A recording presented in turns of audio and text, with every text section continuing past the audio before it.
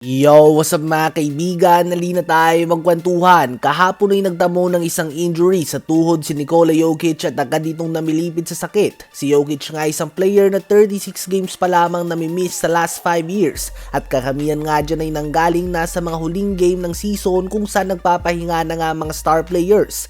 Kukunti lang nga dyan na nanggaling sa mga actual injury at kung major o significant injury ang pag-uusapan, posibleng ito na nga ang una sa kanyang NBA career. At lumabas na nga ang resulta ng MRI ng tuhod ni Nikola Jokic at good news na ito para sa mga fans ng Denver Nuggets at sa kanilang team dahil wala kang ACL, MCL o meniscus tear. Bagkus bone bruise lamang ito at hyperextended knee at makakabalik din ng 3-time MVP matapos ang ilang linggo o buwan depende sa kanyang recovery.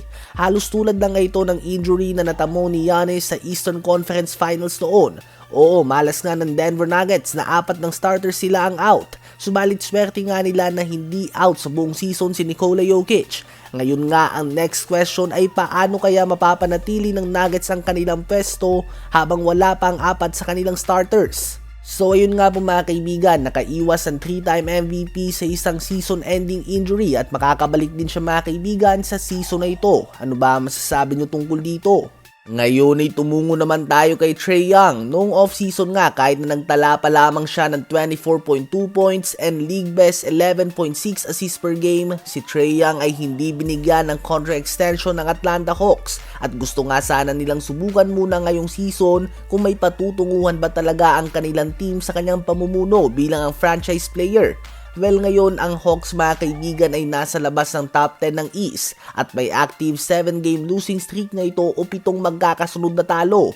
Si Trae Young ay nag-a-average lang din nga ng 19.3 points, 1.5 rebounds, and 8.9 assists per game. Mga stats na halos kapantay lang nga ng stats na ginawa niya sa kanyang rookie season.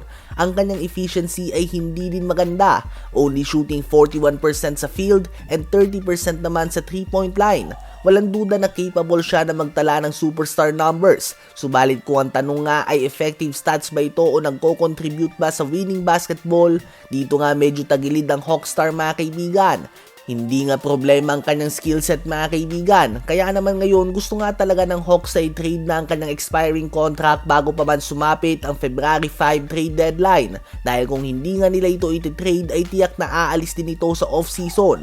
Subalit ang problema naman ngayon ay tila ba walang interesado nga kay Trae Young. O kung meron man ay binabarat nga nitong Atlanta Hawks. Mababa nga ang market para sa isang point guard na malamang halos 6 feet lang nga ang totoong tangkad, hindi rebounder at defensive liability pa sa panahon ngayon na panay 6'4" o 6'5" na nga pataas ang height ng mga point guard. Kaya naman posibleng makuha nga ng mga teams ngayon sa bagsak na presyo si Trae Young dahil hindi din gusto ng Hawks ang ideya na umalis ito ng walang kapalit. Asahan na magiging matunog ang kanyang pangalan sa trade rumors sa unang buwan ng bagong taon. Saan team nyo ba nais mapadpad si Trae Young?